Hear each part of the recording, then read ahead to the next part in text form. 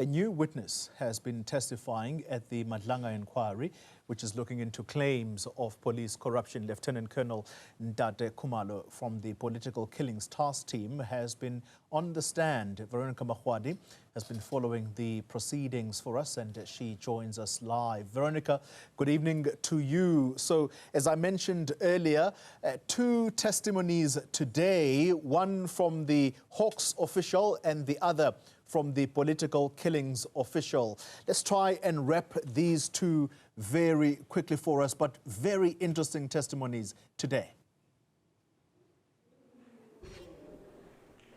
Certainly, Xoli. In fact, ultimately at the center of the commission today, as we heard some of those witnesses, was really the transfer of the 121 dockets. Very early in the morning, we heard from Major General Mary Motsepe speaking about what had happened once these dockets were essentially transferred. And we know that coming from General Mkwanazi's statement, he said that once these dockets were transferred, they were sitting there gathering dust for months. And ultimately, she tried to dispute this, saying, look, there was a point where they were just sitting there, given the fact that there was confusion as to what to do with them. This is after alleging to her when they tried to return them to Mkwanazi, he apparently said he wants nothing to do with them. This, of course, is probably likely because of the fact that there may have been issues of tampering with these dockets. We heard from Motsepe how an audit was done on these dockets. An inspection found that several of them were missing statements, others didn't have the necessary signatures from prosecutions. In fact, one case only detailing how a suspect went through the court processes, but there was no release form. In fact, there wasn't even any kind of documentation to show that he had actually appeared in court or which type of court. She also detailed how the Political Killings Task Team was nothing to rage home about. She said it was an ordinary unit, just like any other unit within the police force. And while just in the afternoon, we then heard, of course, from Lieutenant Colonel Ntate Khumalo, who ultimately spoke about what the Political Killings Task Team did. He was a member of this unit, and he spoke about the handling of that docket, saying on that day they were told to bring the dockets to the head offices within 24 hours. It would essentially set off events that were, as he said, chaotic and high pressure. Have a listen. They were in the safe, but I must mention that others were with prosecutors because this came as a surprise. The prosecutors had dockets that they were in court. Others, they wanted to write instruction or so forth, or just maybe the matter was coming up for trial. The prosecutor wanted to familiarize himself with certain aspects. Within 24 hours, members had to try and scan all the dockets.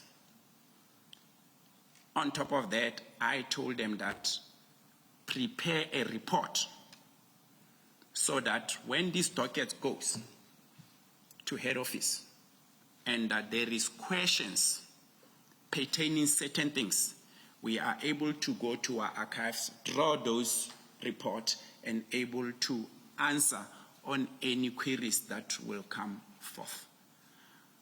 Okay. Indeed, on the 26th, I think it was around 1400 hours, combat members arrived and they handed this particular docket to me. I was at the office of Divisional Commissioner Crime Intelligence, Lieutenant General Khumalo, and I took the 118 dockets. 118 were only from KwaZulu-Natal. I handed to the office of General Khumalo.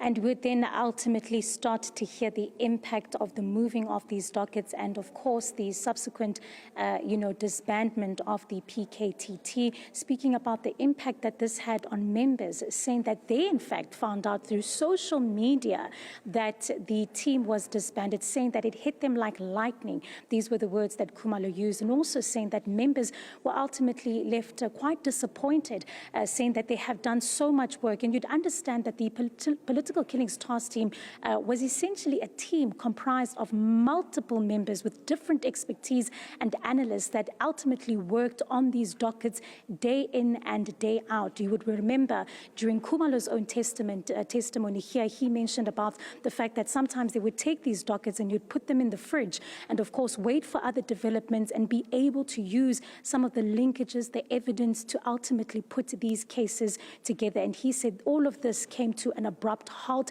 and not only impacted the cases they were working on, but families of the victims that were essentially waiting for justice. It also ultimately, at this point, we know, as we heard towards the tail end, Khumalo speaking about the fact that the political killings task team does still remain a unit, but its capabilities have been shredded quite a bit, scaled down to the point where there are very few analysts within the team.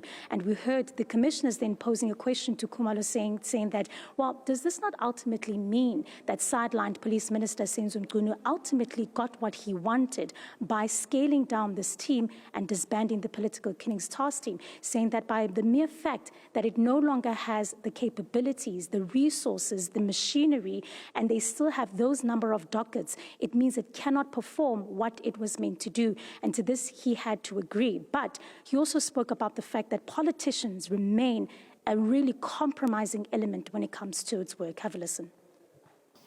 PKTT, one knows that most of the time you find that there's political element involved. And therefore, I don't think there's any politician that will want to allow his career go down the drain easily. Therefore, to deal with this PKTT all the way out of his way, and you know that he save his career, will be the business of the day. And they know very well that whenever PKTT deals with a certain docket, they don't let go up until they get to the bottom of it. Therefore, in essence, they will try everything in their powers in order to protect themselves from a distance.